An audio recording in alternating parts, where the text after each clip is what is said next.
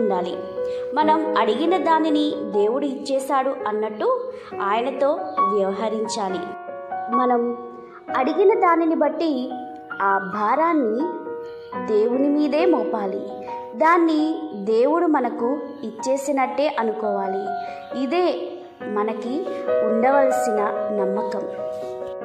ఒక కన్యక పెళ్ళైనప్పుడు ఆమె దృక్పథం అంతా ఒక్కసారిగా మారిపోతుంది. ఆ వాస్తవానికి తగినట్టుగా ఆమె ప్రవర్తన అంతా ఉంటుంది.